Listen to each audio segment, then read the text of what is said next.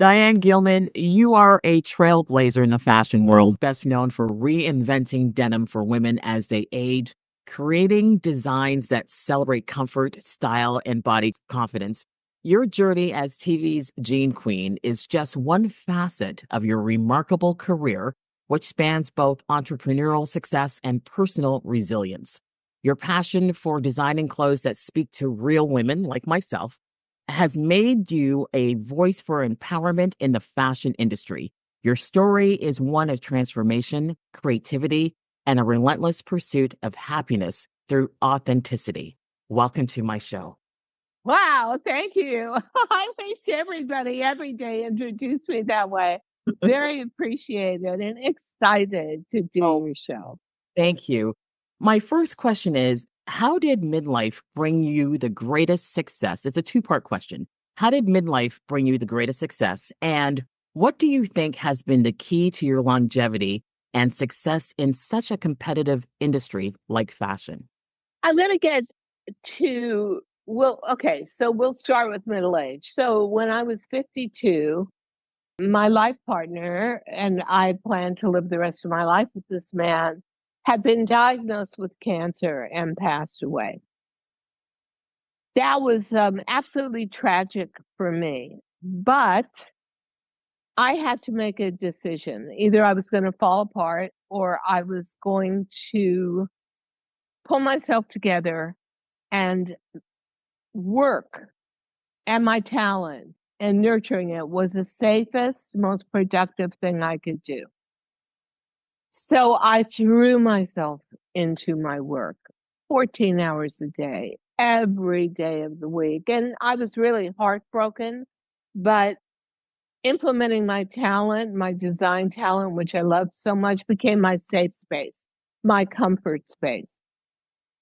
As that happened, because my life partner had died of a myriad of cancers, but it started with colon cancer, I never ate in the house with him because he couldn't eat. I went down to like 100 pounds, and then I ballooned up almost 100 pounds to 200 pounds.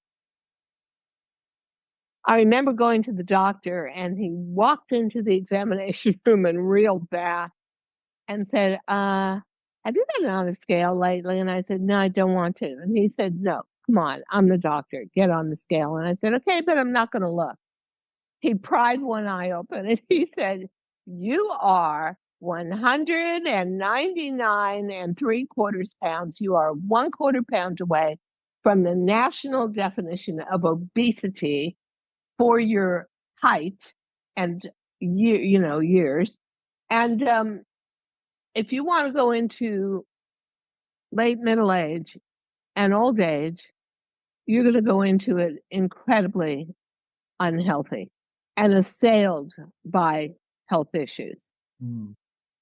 So I ran out of the office crying. It was across from Central Park.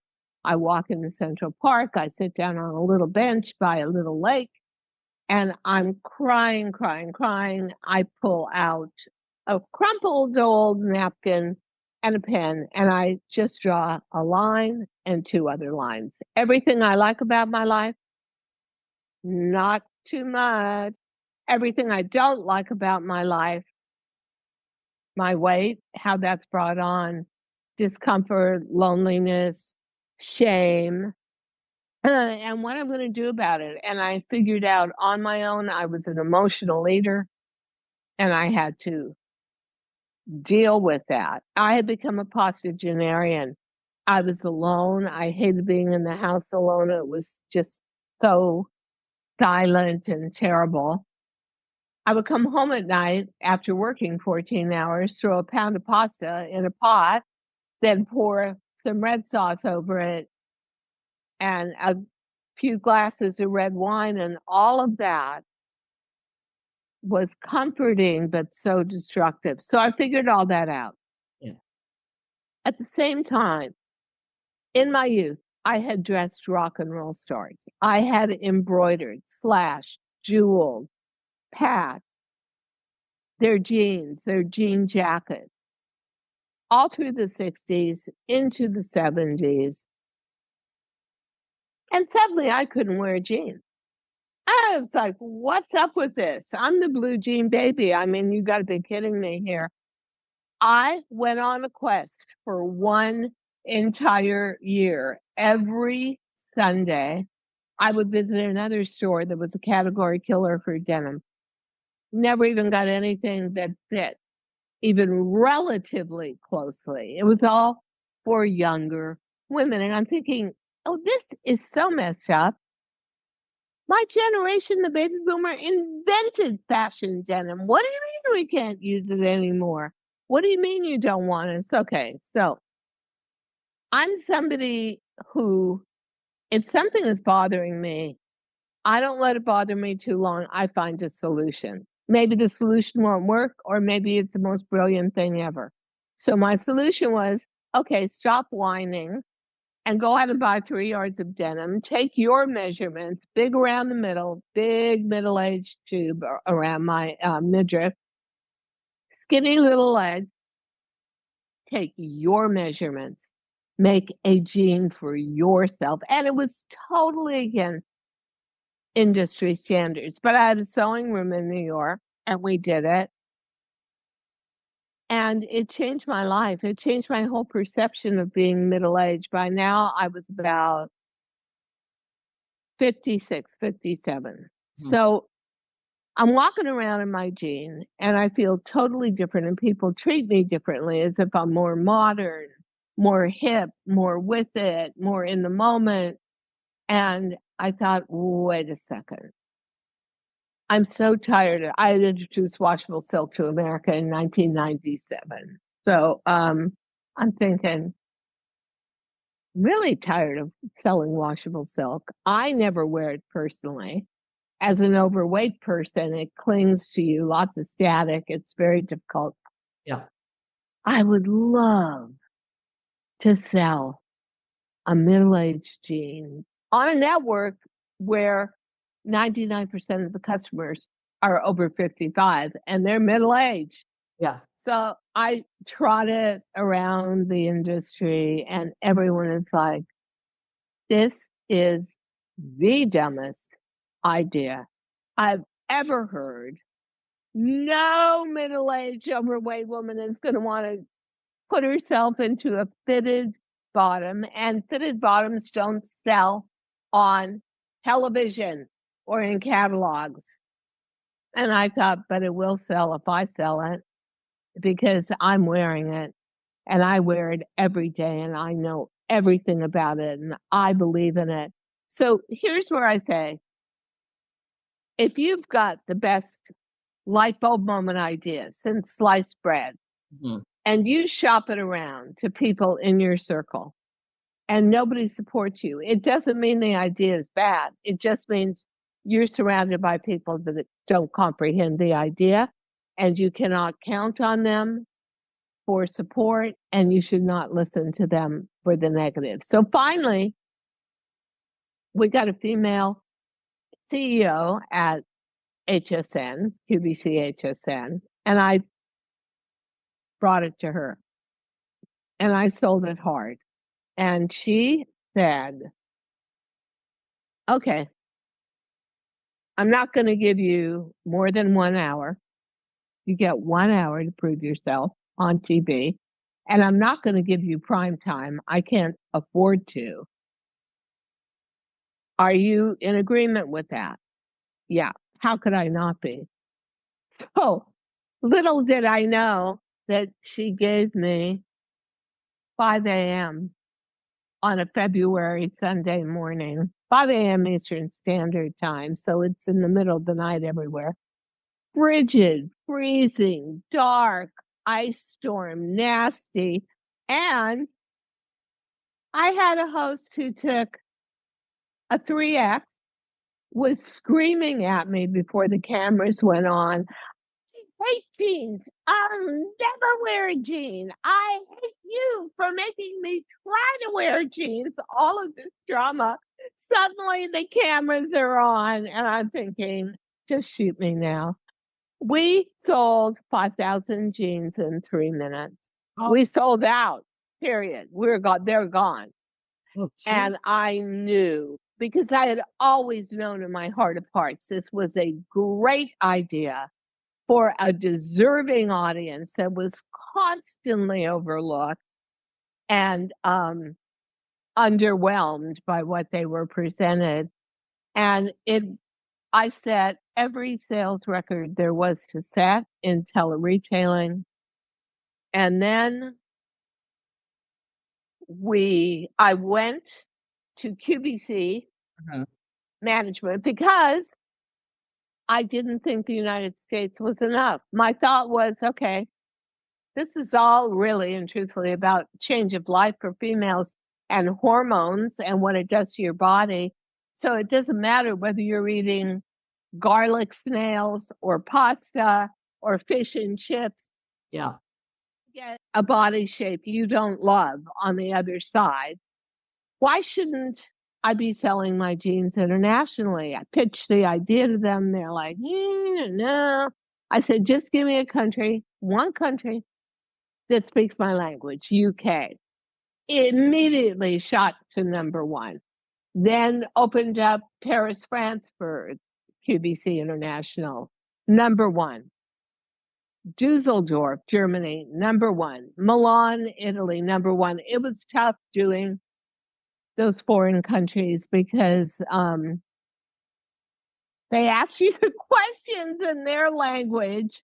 You kind of had someone in your ear sort of telling you what they were saying, but they never wanted you to give a long answer. But what could you do? But long story short, Germany, France, England, Canada, I was going to say it's been very successful. Australia, Italy. I was number one in all of them, and we built this huge company that did 100 million a year with literally such a small staff because I was always working constantly. Yeah. Um, that was the biggest thrill, building for me. I understood building, The journey. expanding, augmenting was really a joy for me. And then in the middle of it all, at the very height of my success, I was 72 years old. I'm 79 now. It was right before COVID. So it was Christmas Eve 2017. I was diagnosed with stage 3 breast cancer. Quite a shock. So I had to say goodbye to my audience, told them I had a second job saving my life and I'd be back as soon as I could, which was sooner than I thought. Came back after about 9.5, 10 months of treatment.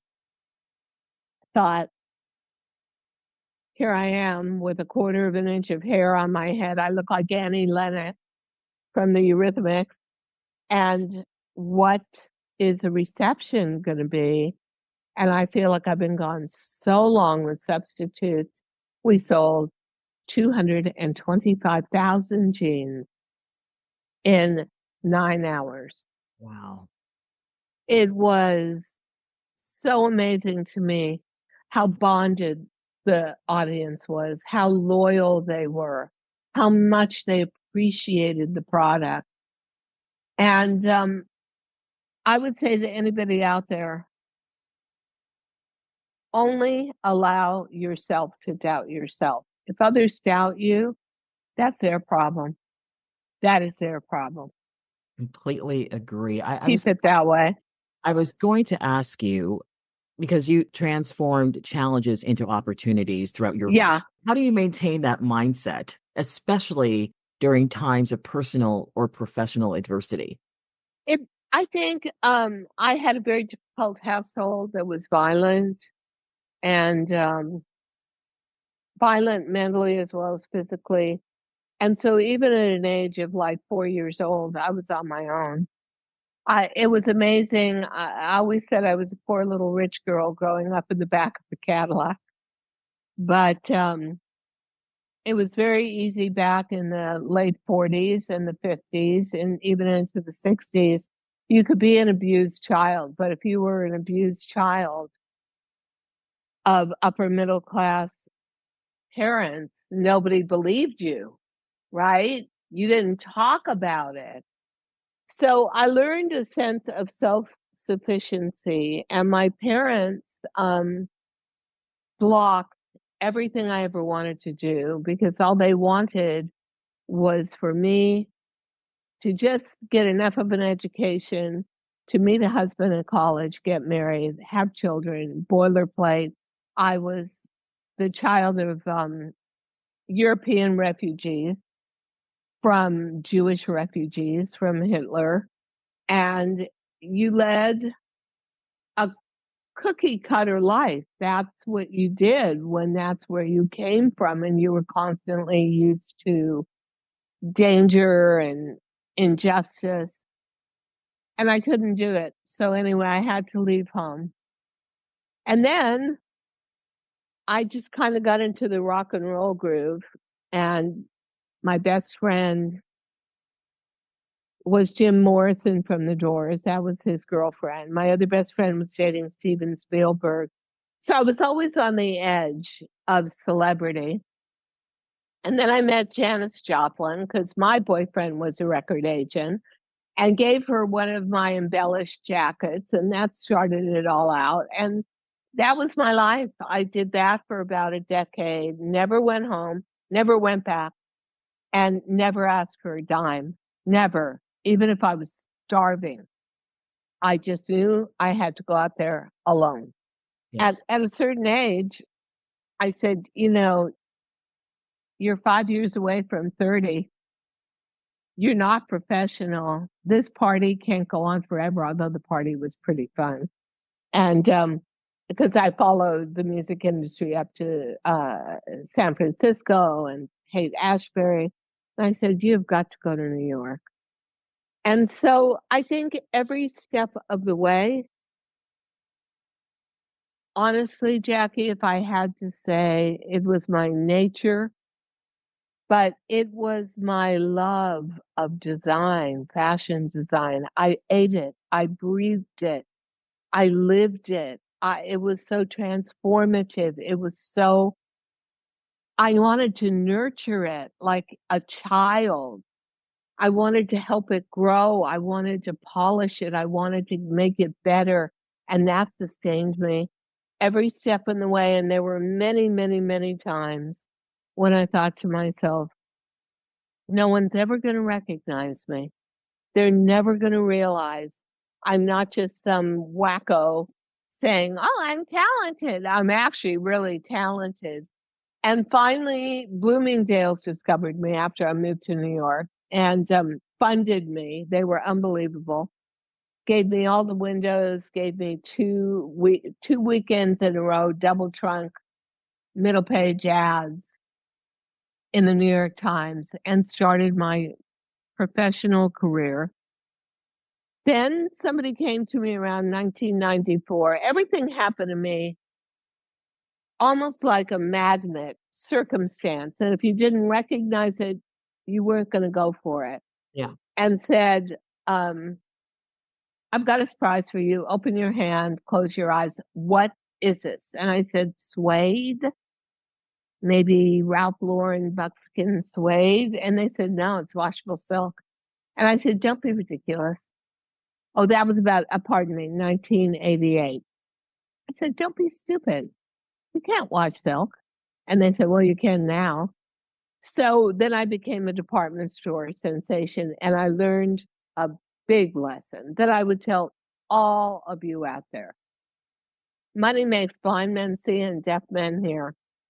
You can say you are valuable. You can say you are talented till the cows come home. But the minute you make somebody money, they'll recognize it and want more.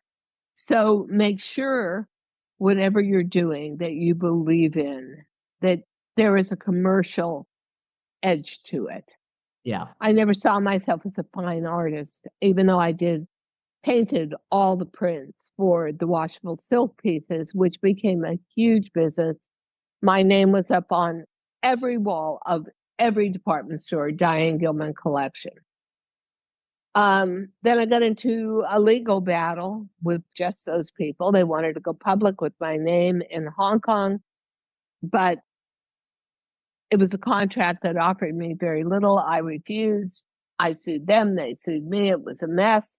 And one day, out of nowhere, I got a call like, yeah, who is this? I'm thinking another lawyer, another lawsuit.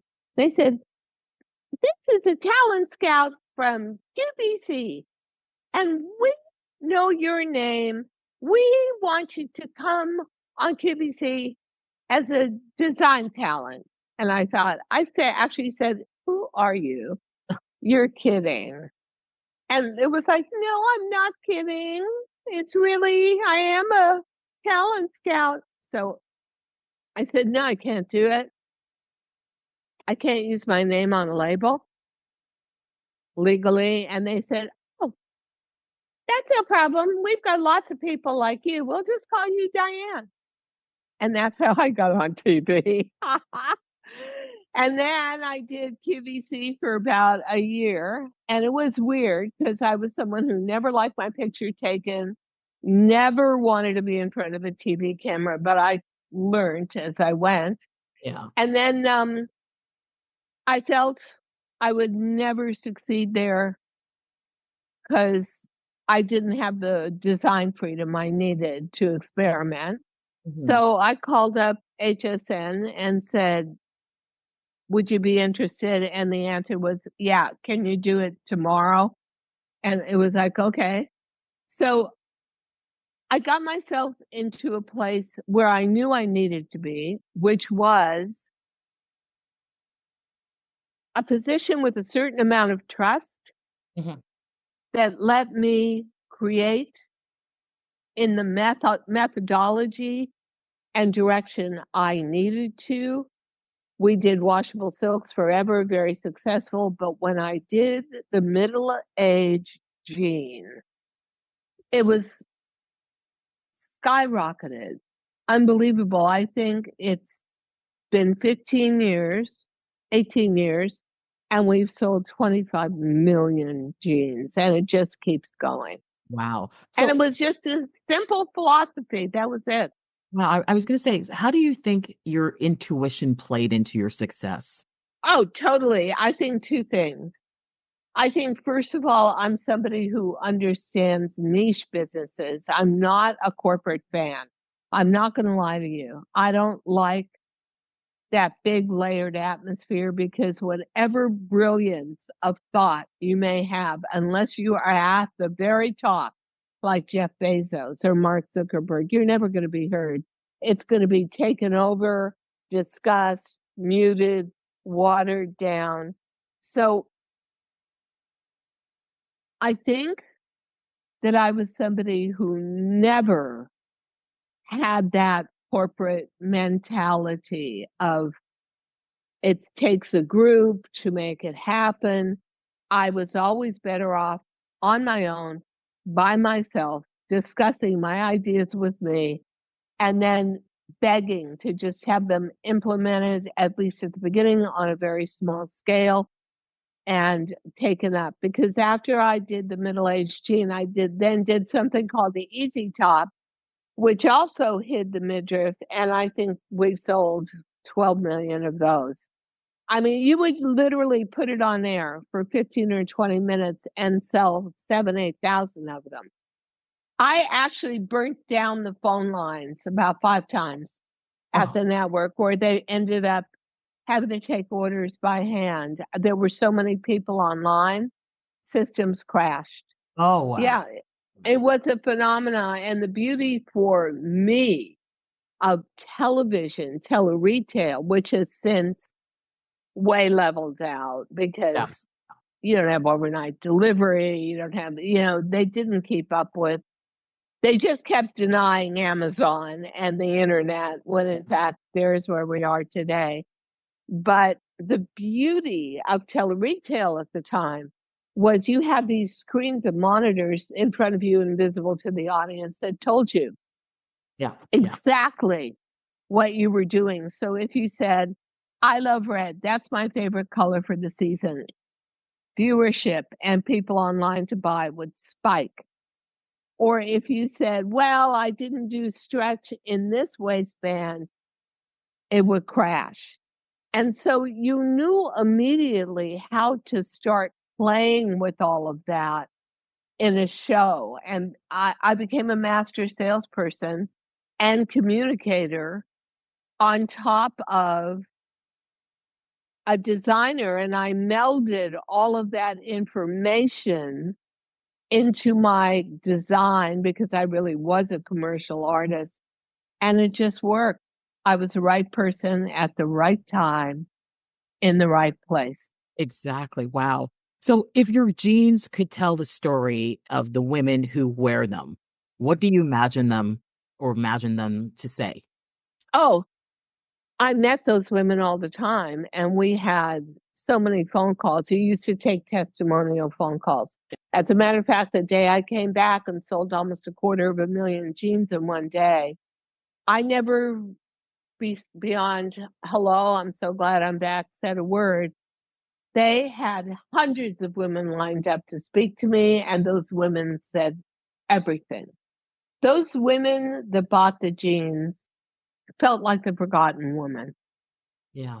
They felt that nobody in fashion cared about them, cared how they looked, cared that they still wanted to look sexy or have any integrity in the way they looked past a certain age. They felt downtrodden, they felt ignored, they felt slightly angry. But then there was me, and I was one of them. I had all the same body problems, all the same weight problems, and I lifted them up and I respected them.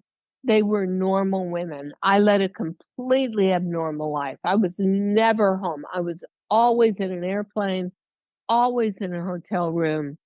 I led a privileged life, but I earned every penny of that privilege working. So I understood that they were very, very different from me, Yeah. but we all wanted the same thing. We wanted a bit of our youth back in our clothing. Yeah. We wanted our sexy back, and we wanted a level of respect. So I analyzed the customer, and that's what my jeans would tell you, that they were sitting in a very normal closet, but the women that wore them were very excited to wear them and very happy to share that experience with the world. And in a great way, that's how it grew. The testimonials were just enormous. Yeah. Yeah. And the jeans spoke for themselves. So, Oh, yeah. congratulations on your podcast, Aging with Grace 55 Plus, with your co host, Dale Joyce, by the way. Oh, no, no, no, no, no, no. I only did that for about 4 months. My podcast now Yeah. on YouTube is the title of my second book, which I wrote while I was going through breast cancer, because God knows I couldn't just go through breast cancer without being productive and Of doing course. something. So it's about my experiences with that and sort of aging with grace. And it's called Too Young to Be Old. Well, I have actually And a question about that. I was going to ask you, oh, okay. what do you hope to achieve by publishing that book? I hoped, first of all, to take away a lot of the fear. When women hear that they have breast cancer, they fast forward to terminal, to no hope, to, and actually that was my first diagnosis, was terrible. Um, but it was about how I coped with it. And I'll tell you a story. All my life, and occasionally, I've had, I don't know if you ever had them, like super real dreams, dreams that were a signpost from the universe, dreams that were from the spirit world, Yeah. not our physical world. One thing that terrified me about cancer, apart from the fact that my life partner passed away from it, was chemotherapy. He had such a rough time with it, and he took it endlessly and relentlessly for years. I was terrified of it, and I was alone. I had no family support. I had my audience as a female community, but I was boarded away from them now because I had to go into my treatment. So the night before chemotherapy, I thought I'll never sleep all night, but I did. I went to sleep. I couldn't believe it. And I had a dream. And here was the dream. I was in my little beige, trench coat beige VW from when I was 18 years old, driving through the wilderness. I love that car, my little bug. And it's a very bumpy, unpaved road. And I don't know where I'm going. And it's wilderness on all sides, but I know I got to get there. And suddenly I hit an obstacle and I look up and it's this huge, like high as the Empire State Building, Needle Point Mountain. And it's literally straight up, not even an incline. And I think, oh no, I've got to get there. I've got to get there. And I gun the engine and I go part way up and I slide back down. And I gun the engine, I go a little further up and I slide back down. And I think, wait a minute, even if you got to the top, it's a needle point. You'll just fall over the other side. And what is the other side? But it was too wide to even go around it. Suddenly, I just get out of the car, grow into a giant. The Needle Point Mountain just becomes a sharp stone at my feet, and I just step over it easily and move on. And that was my lesson from the spirit world, that I had the power to make it just that doable and It's that overcome. easy.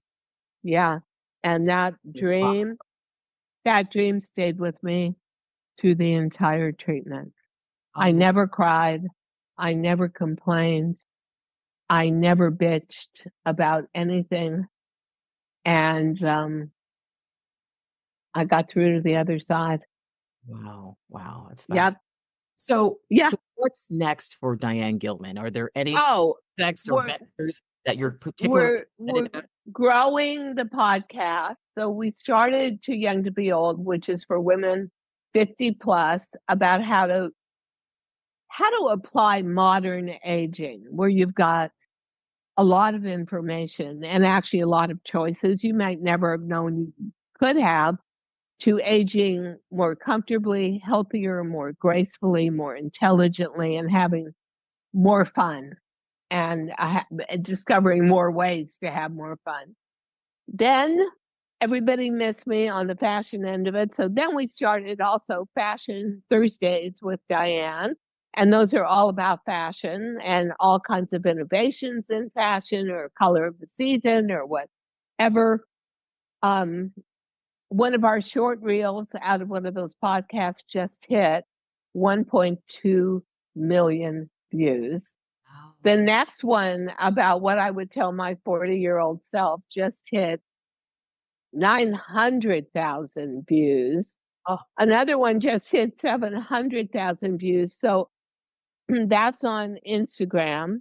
So we now do a lot of short videos instructive for, if you're over 55, how to do your makeup, getting a facial, how to take care of your skin, what to eat. Everything is informative. Everything is pro aging. And that's my niche. My niche is defending me as a baby boomer and Gen Xers below, because it's unbelievable. I and it's mean, it was my choice to get white hair. If I am sitting in a restaurant, fabulous, by the way. oh, thank you. It doesn't mean, I'm just curious, if I make eye contact with a man walking in, they will immediately look down like, oh my God, she's white haired. I want someone 80 years younger. I don't. So you have to learn a lot about yourself and learn to love yourself as you age, which is not the easiest thing to do. So I'm into the pro aging, anti-ageism niche of the internet, and I'm loving it. And so I want to become a spokeswoman for my generation. I'm just officially, with how many followers, I think we have 70,000 now. And that's only 5 months worth of being on Instagram. Um, I'm officially a silver-haired influencer. I love this. This is the growth period. I'm all in on that. This is where I do the best. I'm identifying my audience. I'm loving them. I'm listening to them. And I'm growing something. Yeah. And it means something to me. And, when I left television, because I felt I was not in a growth period anymore, I was not loving what I was doing. I had a very contentious business situation, and they bought my name and they wanted to take over. I stayed on for about a year and a half. And then I just thought, you know what? I want to do something new. I want to do something I love. I want to be surrounded by positive people. And so I took a chance. I just said, what the hell? Yeah. Yeah. Do it. Do it. And discover it along the way.